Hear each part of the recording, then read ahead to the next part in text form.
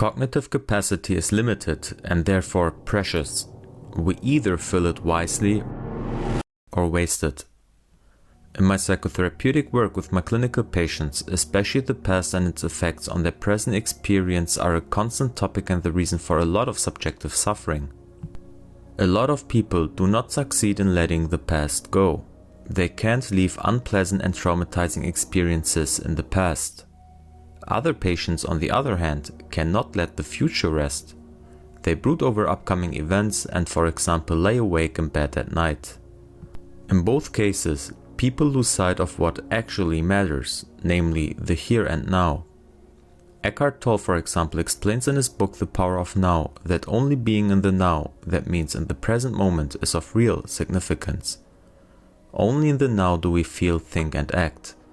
Nothing ever really happened in the past or in the future, it only happened in the present moment at a specific time. Occasionally thinking about the past and future is fine, however, most of the time we overdo it and don't turn off our mind.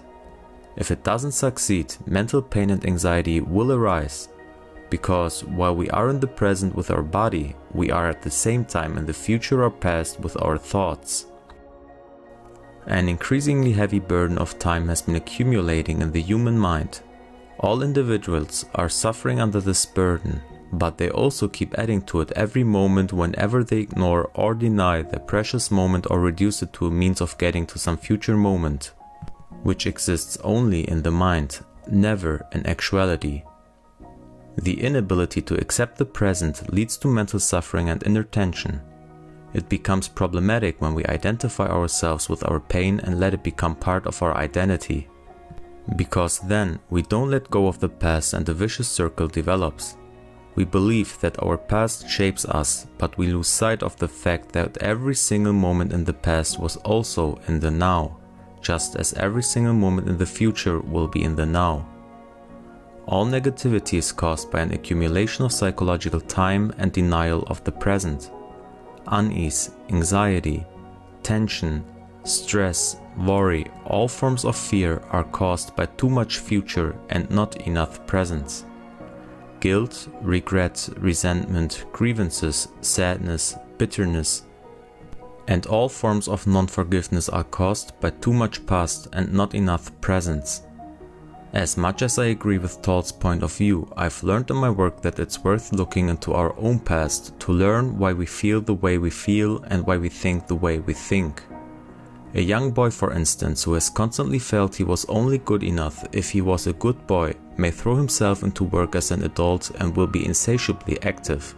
He will try to compensate for the lack of unconditional love, but will never understand where this feeling of always having to accomplish more actually comes from.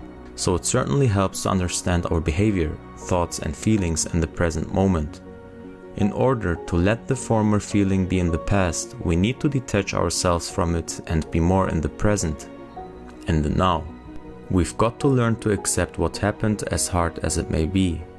Whatever the present moment contains, accept it as if you had chosen it. Always try to work with it, not against it. An advice on how to be more in the present moment is to practice mindfulness. Mindfulness is being in the here and now, consciously noticing our own feelings and thoughts.